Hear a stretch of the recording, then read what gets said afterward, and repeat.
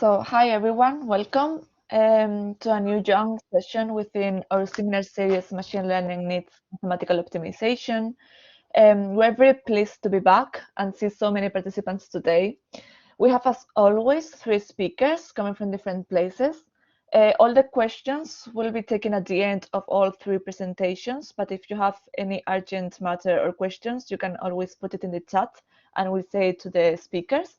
But the main questions will be taken at the end of all 3 presentations. So our first speaker is Roy Naveiro. He is a postdoctoral researcher at the Institute of Mathematical Science in Madrid, Spain.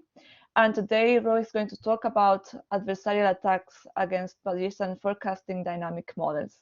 So the floor is yours, Roy. Thank you. Yeah, I'm waiting for the file. Okay, here it is. Yeah, thank you very much.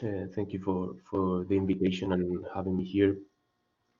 I'm going to talk today a little bit about some research that I've been doing during the last year, mostly. The title of the talk is Adversarial Attacks Against Bayesian Forecasting Dynamic Models, and the goal of this work was to provide a framework that allows us to produce adversarial data manipulations that target Bayesian forecasting dynamic models, which are widely used in time series forecasting. But as adversarial data manipulations and adversarial machine learning at large may be unknown topics for part of the audience, let me introduce them very quickly in a couple of slides. Adversarial machine learning emerges from the study of security issues of machine learning.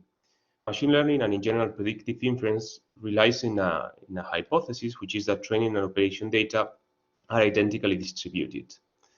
And usually the goal of machine learning is to achieve good performance in what is called out of the sample data, which is data coming from the same distribution than the training data, but is not observed during training. In applications, there are many ways in which this hypothesis could be violated, and here we care about one of those, which is the presence of adversaries that actively manipulate input data to machine learning algorithms in order to fool these systems. I illustrate this with a couple of examples. Here in the left, there is a simple span detection problem that, just for illustration purposes, just takes into account 2 covariates. Emails can be classified as malicious if they lie in this side of the decision boundary, which is this line here, or will be classified as legitimate if they lie in this other side. An adversary could make subtle modifications of the test of the emails, making a malicious email cross the decision boundary and fooling us in classifying it as if it was legitimate, and that way the adversary is evading the detection system. Another example is here in the right. This is the image to be received by the vision system of an autonomous driving system. And the task in this case of the vision system is to detect the presence of these pedestrians and brake the vehicle. The image here, the image C here, is the same image as this one, in which an adversary has added a noise which for us is almost imperceptible, but makes the vision system not detect the presence of the pedestrians, and as you can imagine, this could have terrible consequences. Well, I hope these examples help to motivate how important it is to take into account adversaries and ideally to create machine learning systems that are robust to the adversarial data manipulations that may occur. And this is precisely the goal of adversarial machine learning, robust inference to likely adversarial data manipulations. Most of the research in adversarial machine learning has framed the problem as a game between a learning system and an adversary, and they try to compute Nash equilibria of those games. During my thesis, we have been working in a probabilistic version of adversarial machine learning that we think that has some advantages with respect to the game theoretic view. But in this talk, I'm not gonna enter into the details of the probabilistic version of IML. Just want to sketch quickly which is the pipeline. How do we work in adversarial machine learning? Once we have a learning system, we will study the data manipulations that the adversary may undertake. We will study the vulnerabilities of the learning system. Then we will produce models of the adversary, which in the case of probabilistic AML are stochastic simulators of the adversary. And third, we are going to make inferences that are robust against these attacking models. For this presentation, the take-home message is that if we want to defend a learning system, we need to have good models, accurate models on how the adversary could modify the data. Or we can say it in a more poetical way, using the words of Sun Tzu in The Art of War, that says, if you know your enemy and you know yourself, you need not fear the result of 100 battles. So it's important to have attacking models, and we have seen that in the literature there are many attacking models that target classification and regression problems with many applications, such as computer vision, fake news detection, spam detection, and so on. However, there is almost no attacking models on time series forecasting, and this is going to be the goal of this work. The first attack that was proposed targeting time series forecasting system was proposed in 2016 and was targeting very simple autoregressive models. In this attack, the adversary was interested in driving the prediction during a fixed time window in the future towards a target. And to do so, the adversary will modify the observations received by the autoregression system prior to the onset of the time of interest. They propose solving this problem. To solve this problem, they propose an optimization in which they will find the data manipulation that minimize the distance between the actual predictions, that is, the predictions using the manipulated data, and the target predictions. But obviously, not any change is equally valid. The adversary wants to avoid the tension, so making huge changes could be not beneficial for him. So they propose to formalize this concept of subtle manipulation. They propose to add a constraint on the size of the data manipulation in such a way that the data manipulation cannot be too far from the original data. Here we propose a very different approach for this problem, which is based on decision analysis and that targets Bayesian forecasting dynamic models. And to better explain it, I will be using a running example. Imagine that a supermarket that we will call D is monitoring the daily sales of a product, say beer, for instance. And at some point in time, which we call alpha, D will make a forecast of the demand of this product for a relevant time period from alpha to beta.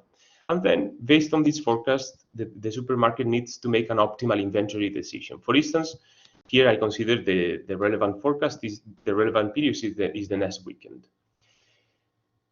In parallel, the attacker is going to fake the observed number of sales in a time previous to the decision time alpha. And the goal is to fake this number of sales in order to change the optimal decision made by the defender, by the supermarket. So what we will try to do, or what we will try to formalize in this work, is how the attacker can fake this number of sales in an optimal way. So, yeah, going to the setting, the defender D is going to be dynamically updating and forecasting some quantity of interest, YT.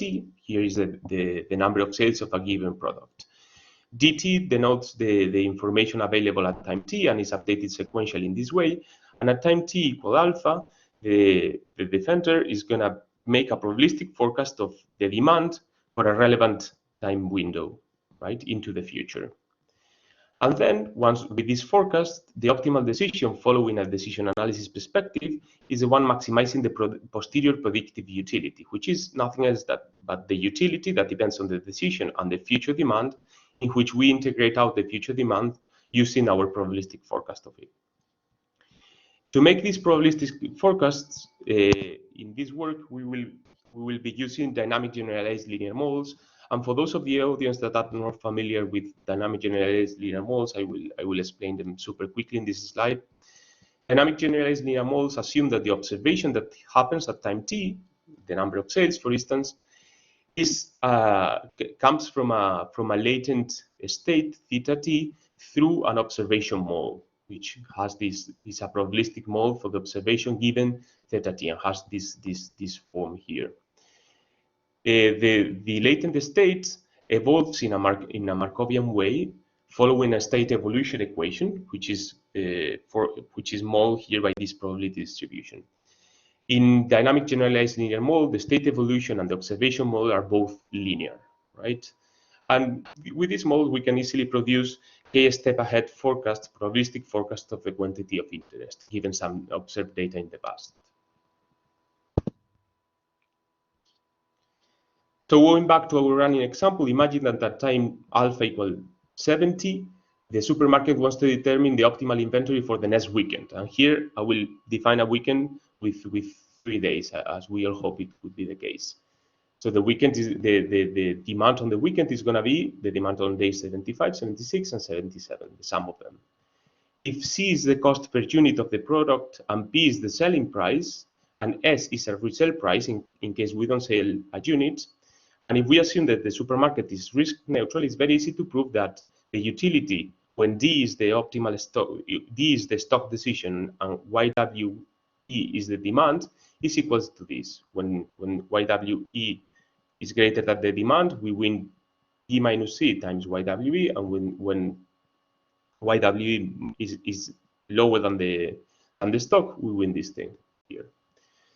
So with this, we can make our optimal inventory decision, just maximizing the predictive expected utility, and it's very easy to prove that this is the form of the predictive of the posterior predictive utility. So if we observe now some data, here is some data of a product that has a lot of sales in the weekends and not so many sales during the week, and this is the reason we observe the seasonality pattern. These lines here are samples from the predictive posterior distribution, right? And we can easily solve the previous problem, and the optimal inventory is going to be 136 units. Now let's consider the attacker. We will assume that the attacker has full knowledge about the defender.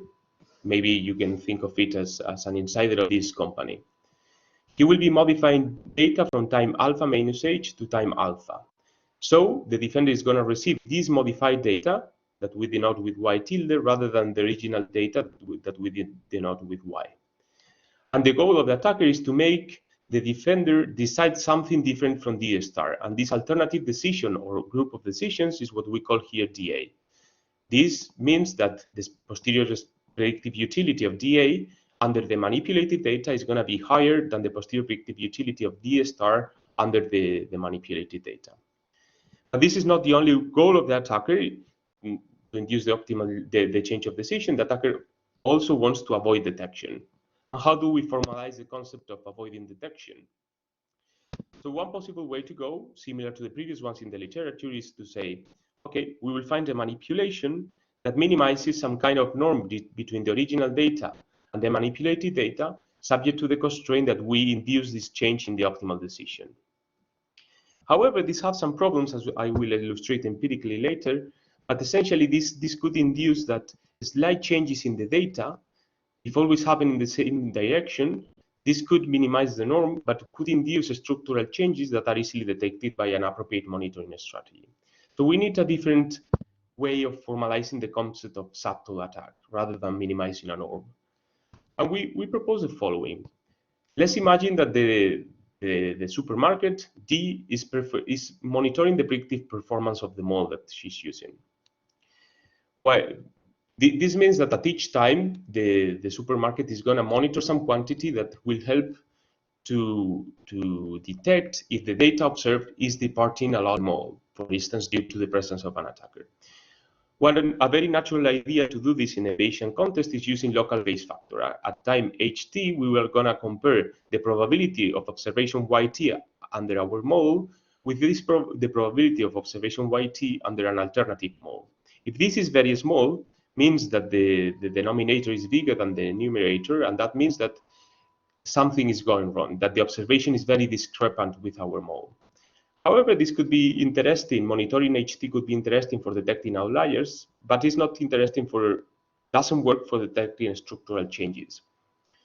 Another more interesting idea to do this is to look for the most discrepant group of recent observations, which is what is called the minimum cumulative base factor. And this is the quotient of the probability of the k most recent observations under our model and the alternative model, with k's chosen so as to minimize this quantity. This way we can look for the most discrepant group of recent observations. And the cool thing of this is that VT can be computed sequentially at a very low price. If VT is very small, something is going wrong. Could either be an outlier or a structural change.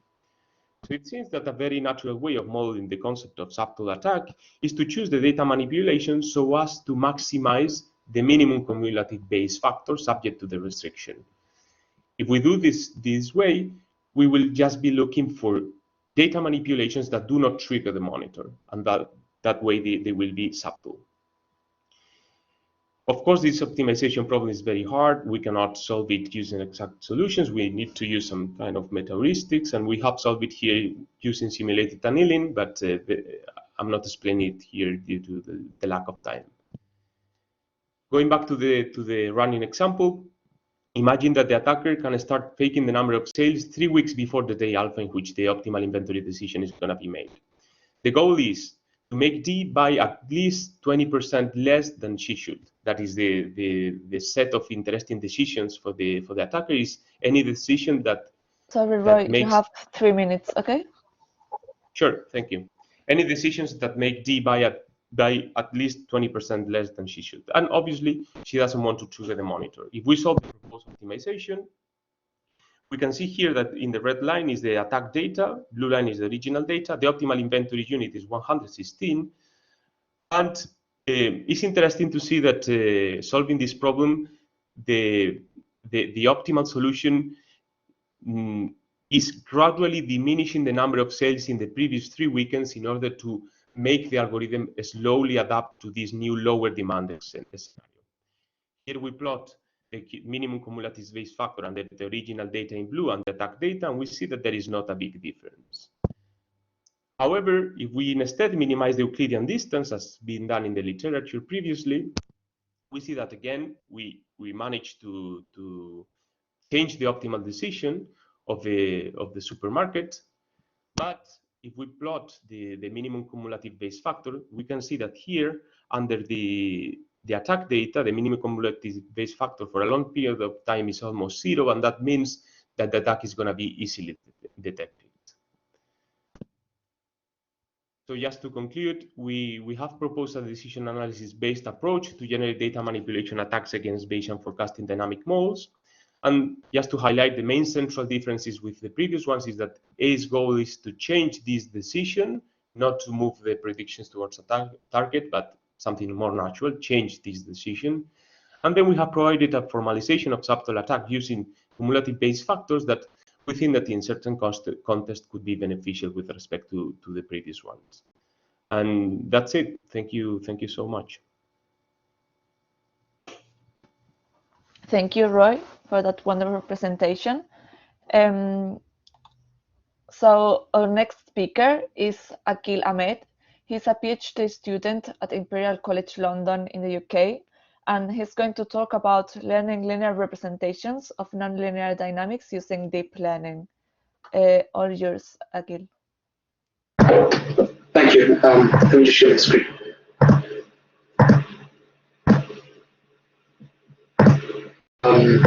Can you hear me and see my screen?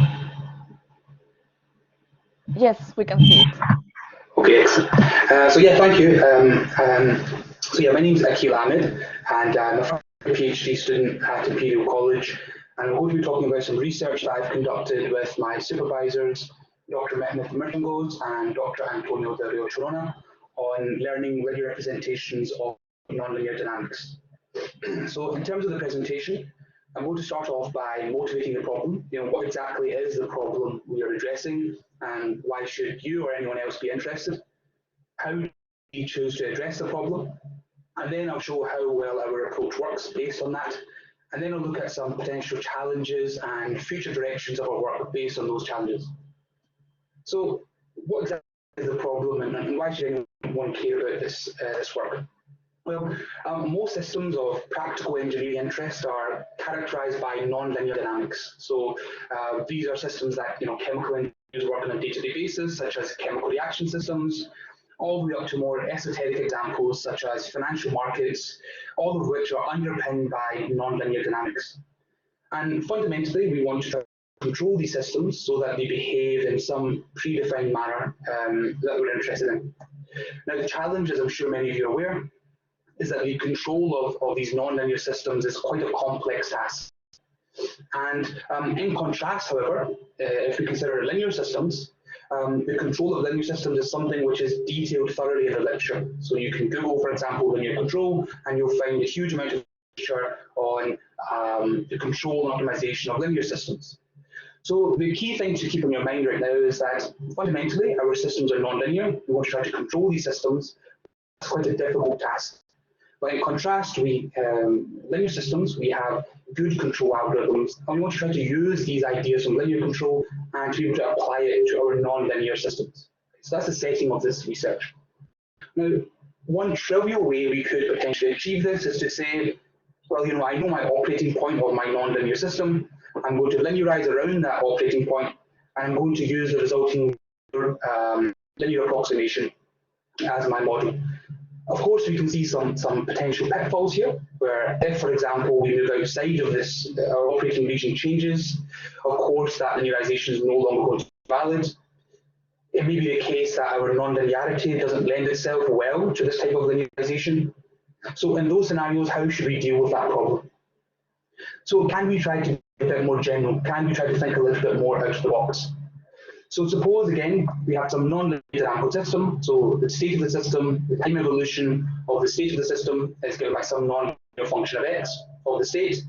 And we can ask the question, are we able to find some transformation of our system which makes our system linear? So I'm going to define that transformation by this phi, which transforms my nx dimensional system to a potentially higher dimensional nz dimensional system. And this new state variable I'm going to call z. Okay?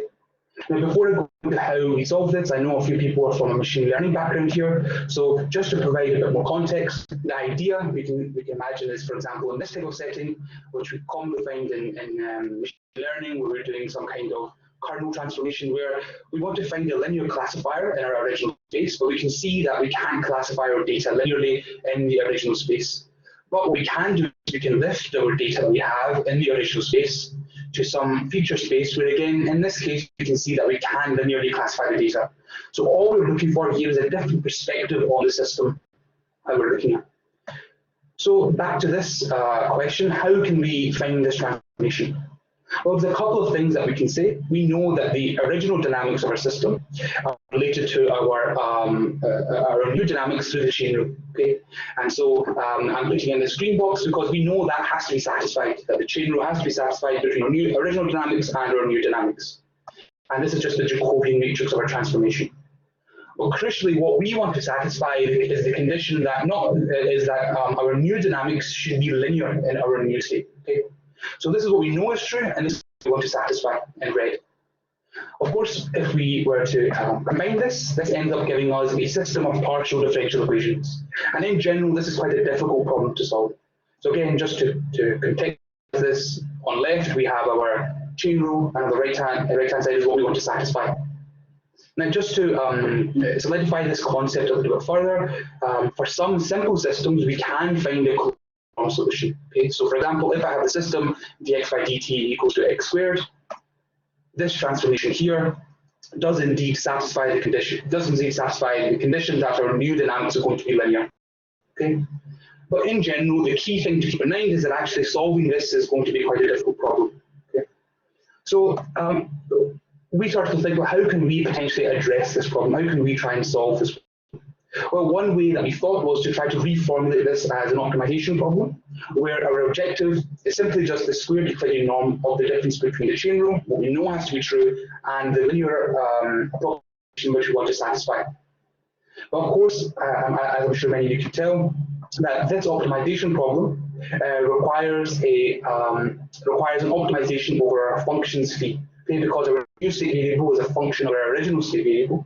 And so this optimization problem is going to require an optimization of our function spaces, which is generally an intractable problem. So we've taken what was already a difficult problem of solving a potentially large system of PDEs to potentially an even harder problem of optimization over functions.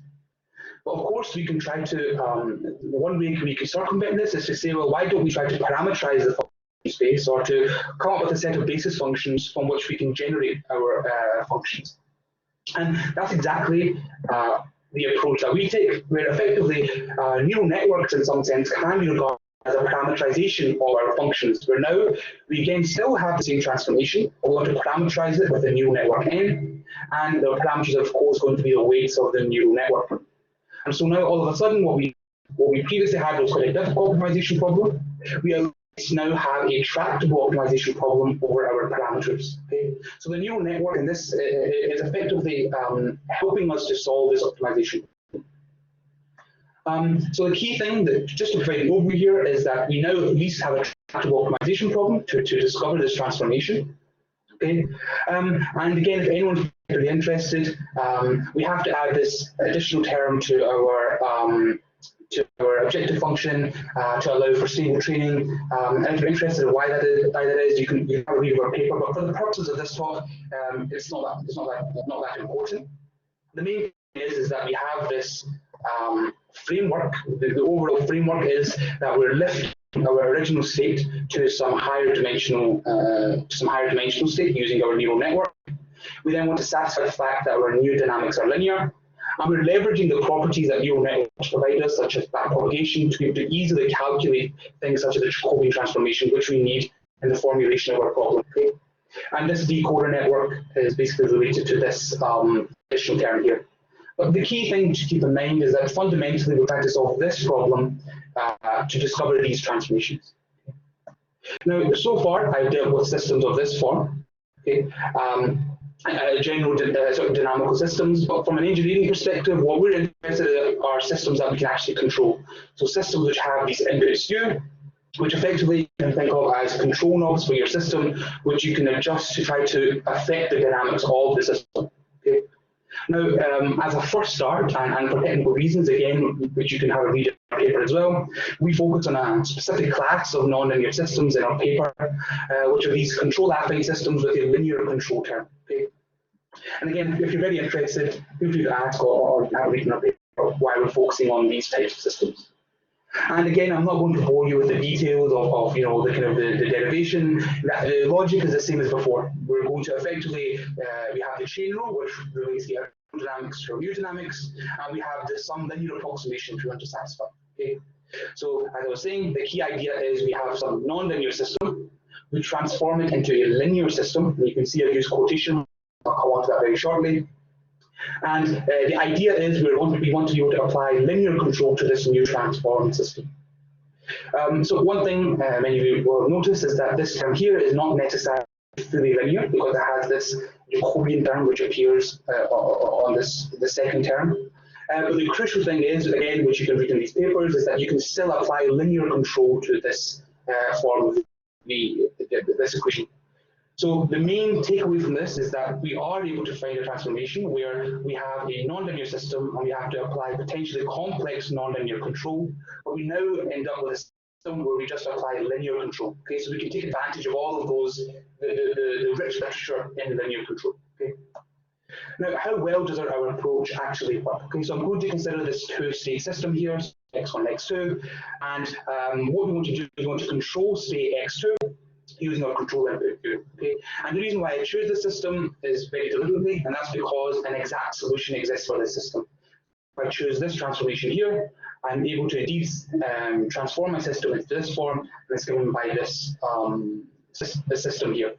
And the reason why I want an exact solution is so that I can benchmark what our approach for the deep learning framework learns in comparison to this exact solution. Okay, so that's exactly what we're going to do next. And we can have a look at the results, and the results are actually very promising. So in the first result I'll show is this comparison is crucial, right? We want to make sure that in green we know what is our chain rule. This has to be satisfied because this is a real relationship between our original dynamics and our new dynamics, and in red is the linear approximation. So we want to make sure that they match. So whenever we look at the system, we're taking it from a two-state system to a three-state system. And if we look at the chain rule, which is in black in these plots, and the linear approximation, for the data we have, we can see that we do indeed satisfy, that the linear approximation does indeed satisfy the chain rule. So what we have is a valid model that we can use for control. So now we want to use this model, which we can apply linear control to try to control this state x2 so that it reaches the origin x2 equals to 0. So this is the example where we apply it to the system, and a lot of things go on here to be clarified. So we're starting off with some initial condition for our state x2, and we want to control that system using our input so that x2 reaches 0. Okay. Now in black is this exact solution. So whenever we're using the benchmark solution I showed before, and you can see we design a nice controller to regulate our state to the region x2 equals to 0, and we don't require much control for it. Now in red is this linearization, which is the kind of standard linearization or the first order Taylor series expansion about the point x2 equals to 0. And you can see because the model is only valid close to this region, x2 equals to 0, we get this sluggish performance where we initially overshoot the set point until eventually we reach there, and we also require quite a lot of control action.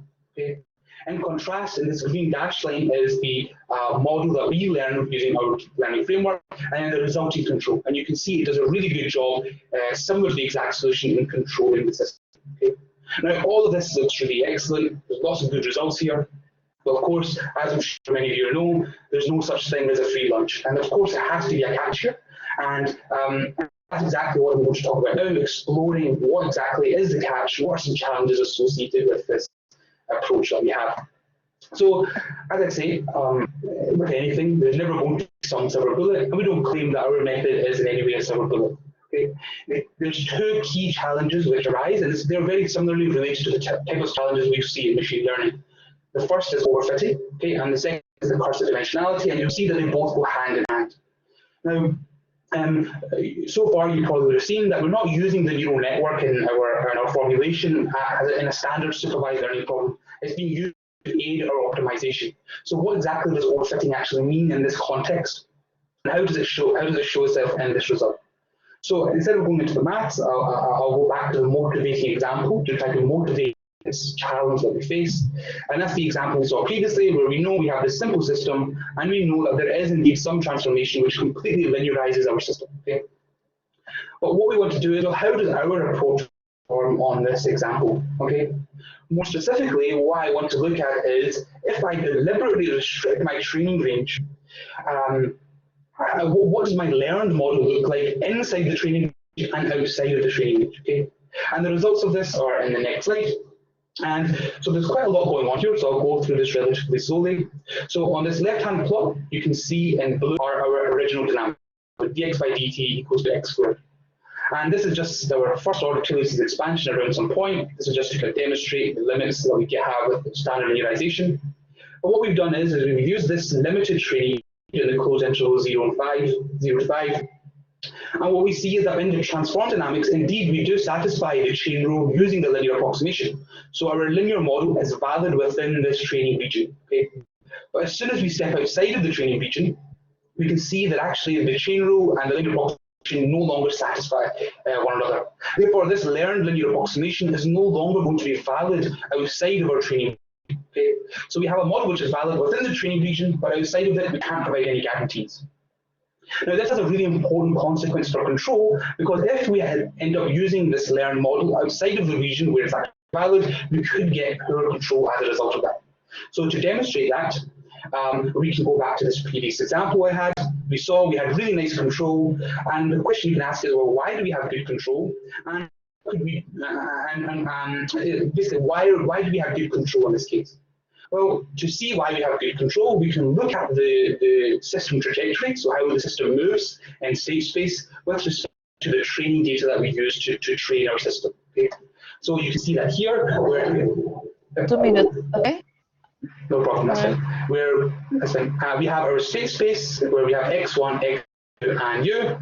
So our system, and this yellow cuboid defines the range of our data. Yeah, and this system trajectory is effectively this response of our system with respect to the bounds of our training data, and we can see our system remains within this region where our learned model is valid. Okay?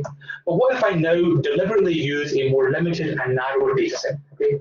Well, again, within the training set, things are pretty good. Our training rule maps the linear approximation. But now, when I design my controller, I no longer get good control of my system. I'm not able to regulate it to the origin.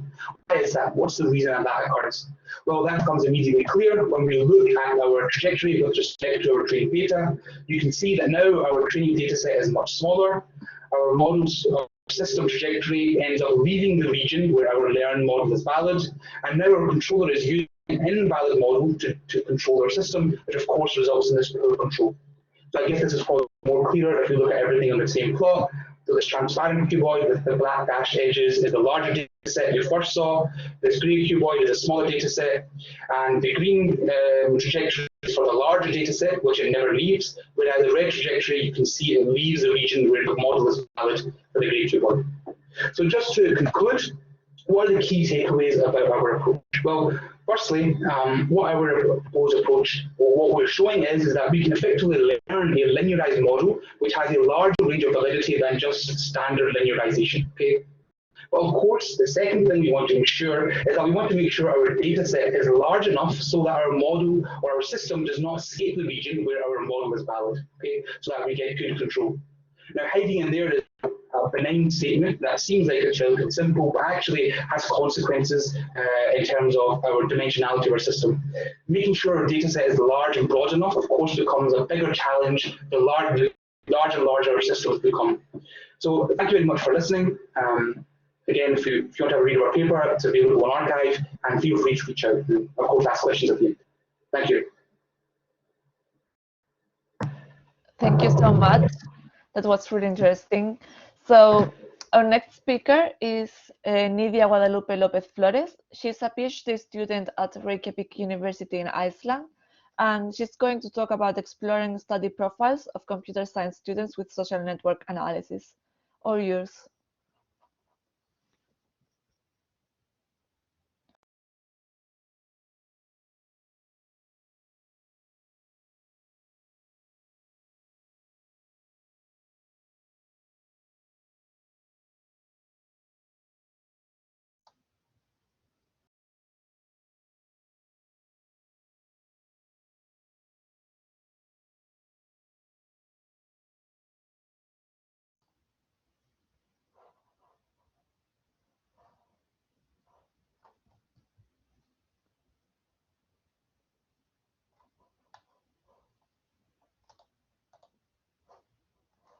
Nidia?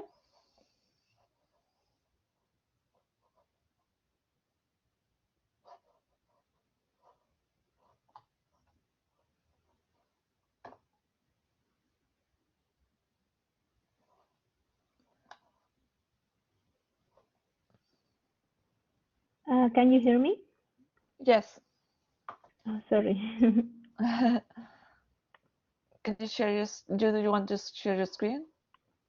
Yes. Yeah. Can you Yeah. see it now? Yeah. Yeah. Perfect. Sorry. Well, thanks a lot for the invitation. Today, I will be presenting part of the work that I've done in the first year of my research here at Reykjavik University, under the supervision of Maria Óskarsdóttir and Anna Sigríður Íslind.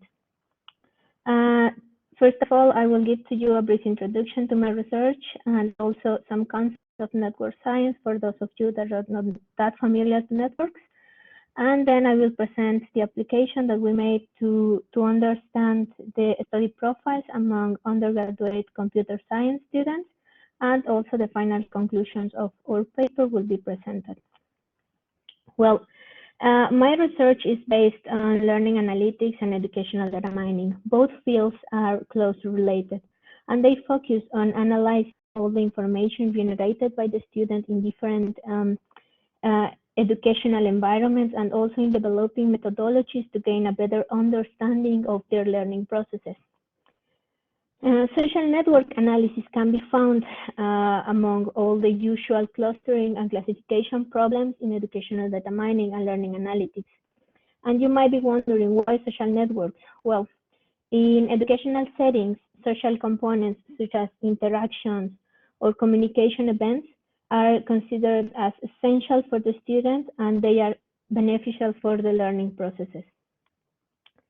Regarding networks, well, networks created based on educational environments are just one example of the networks. Networks are present everywhere.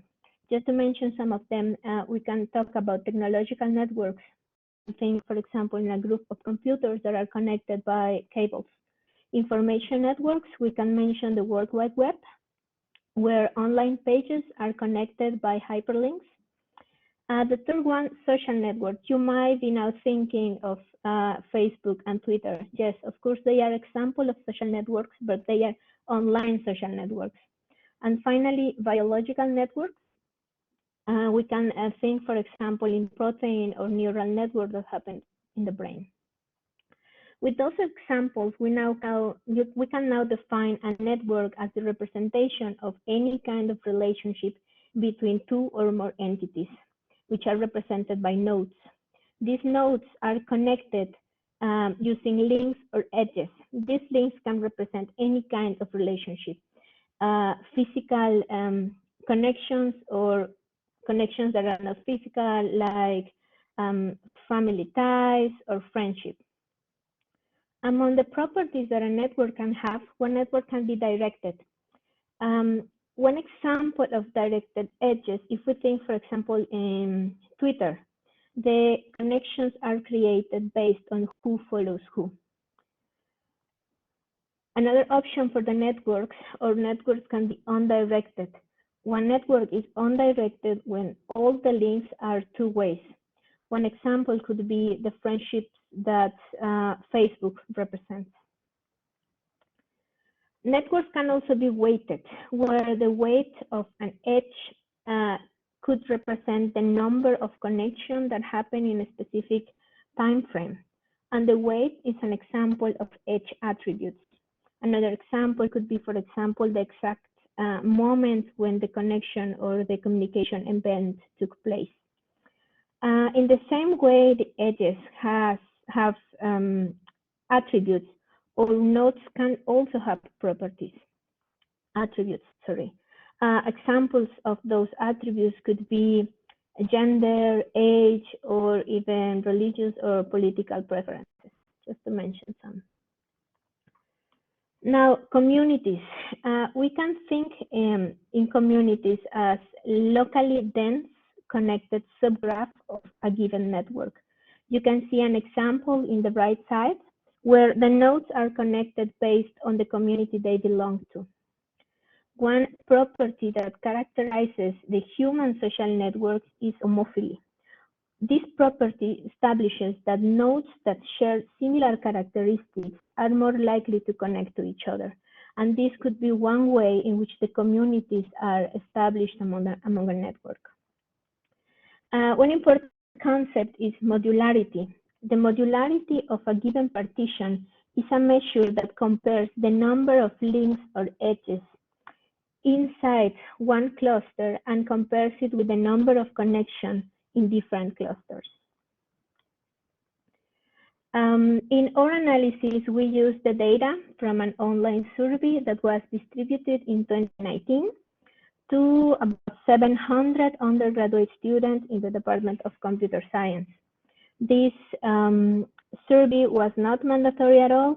It included 42 questions that asked for different aspects of their education, like self-efficacy, goal setting, to what extent they could adapt to different teaching methods, and also about their social networks.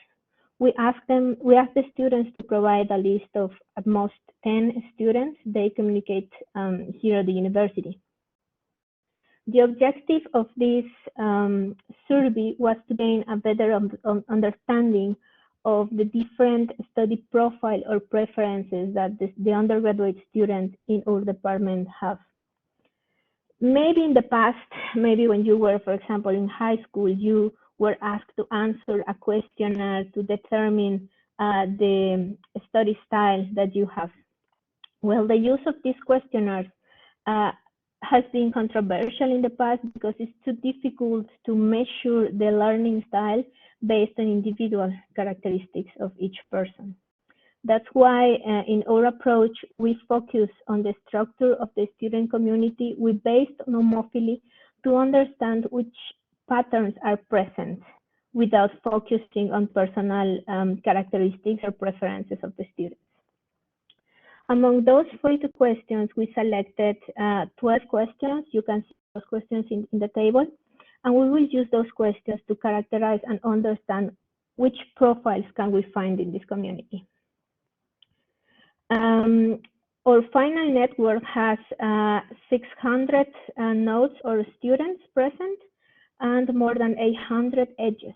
Among those 600 students, 59 are singletons. A singleton is a student that is present in the network but doesn't have any declared list of friends.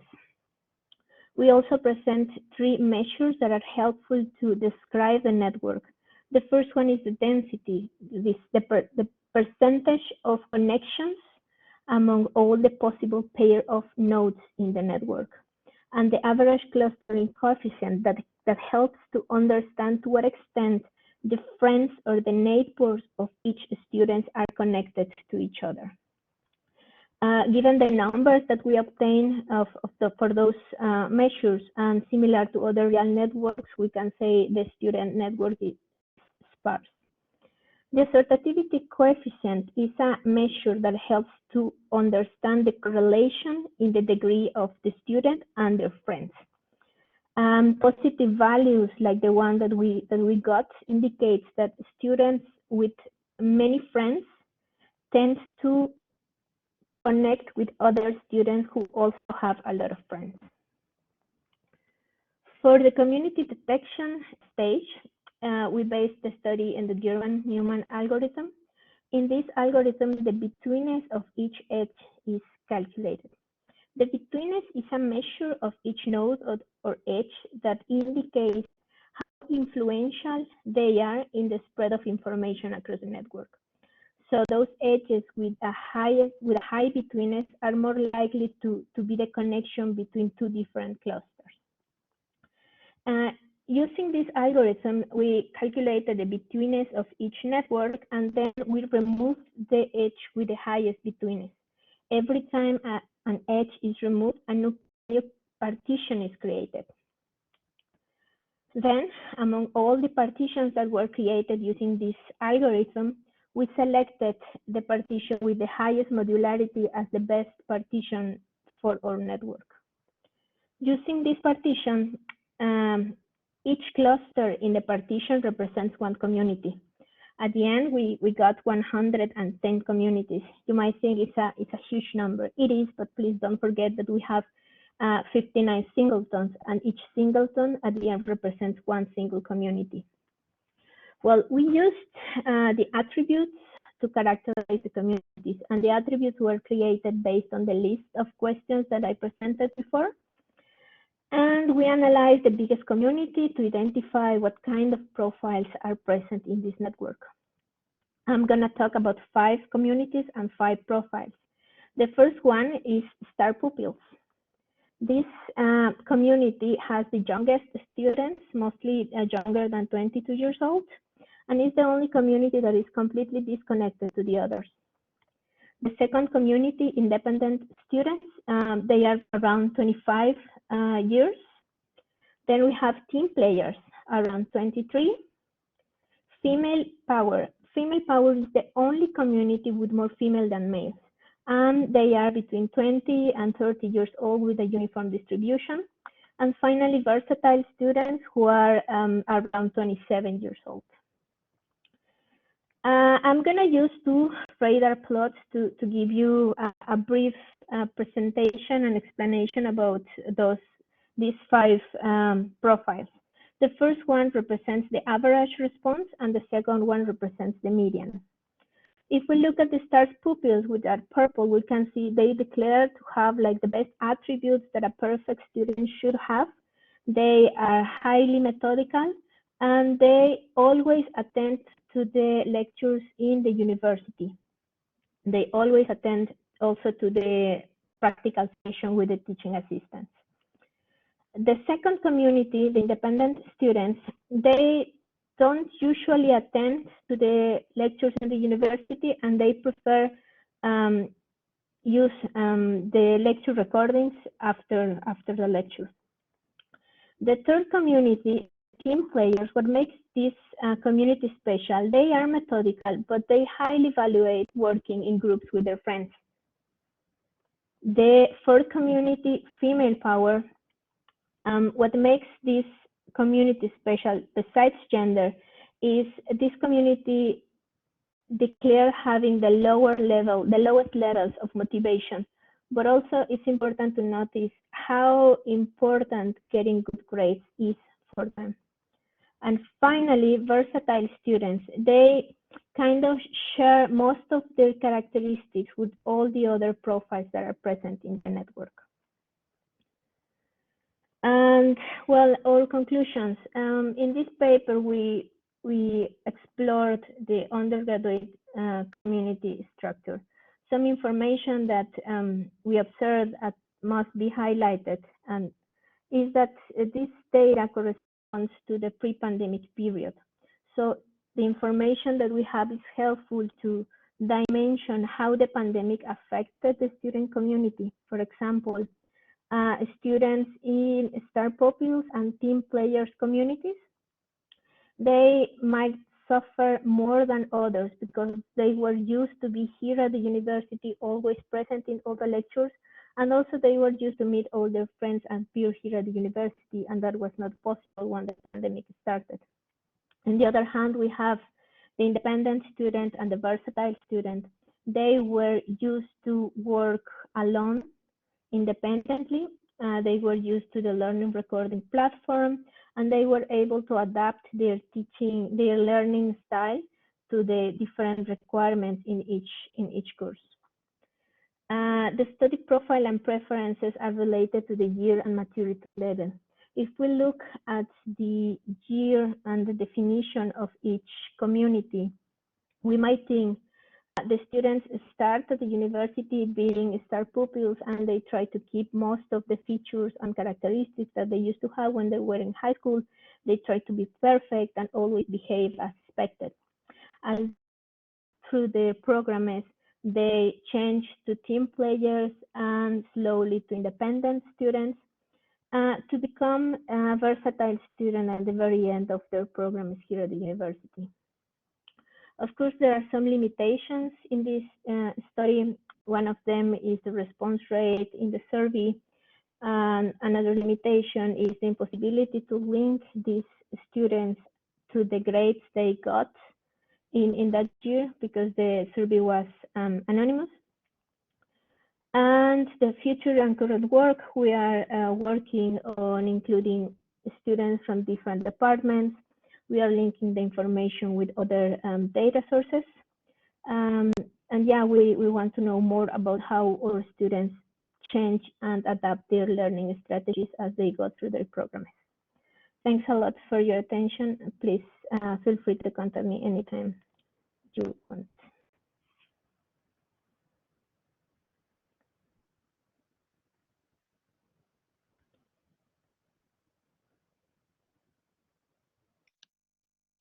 Very much for all the presentations. We now open up for questions from the audience. So if you have a question, write in the chat and we'll give you access to your microphone and video.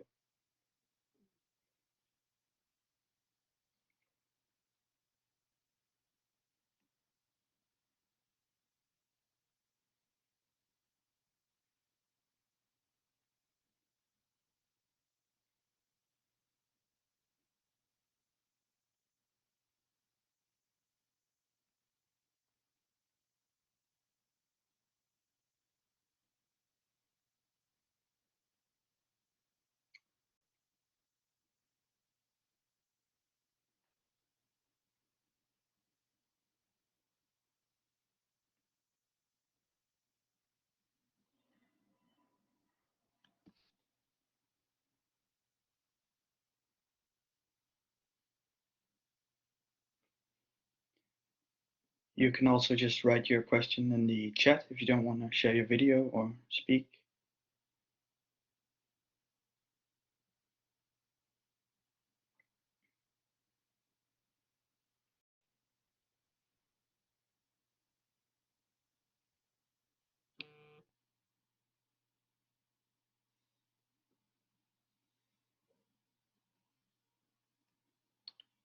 Okay, it seems like there are no questions.